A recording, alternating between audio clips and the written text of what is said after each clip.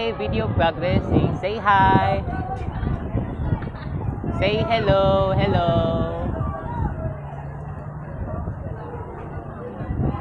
Forward ko lang tong video na to guys. Ayan. Ayan yung mga kaklase ko dati sa Bayapasan na nasa Humadap nun ngayon. Ngayon parang magkatapat kasi kami ng section eh. Ayan. There you go.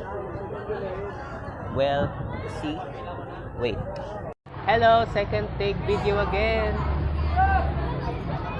Say hello. Hello everyone.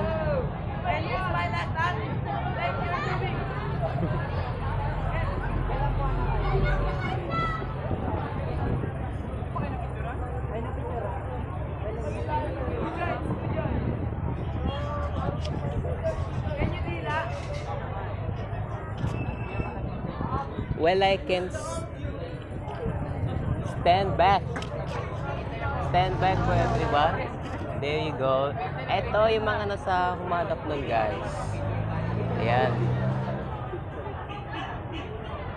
Tinuring ko na itong mga kaibigan sa Humadap nun eh. There you go. Ayan. Pa-landscape tayo, guys, ah. Ayan. There. Ayan. Nakita nyo ba sa taas? Nakita nyo ba sa taas? Yung mga Humadap nun. There. Naka-landscape ako ha.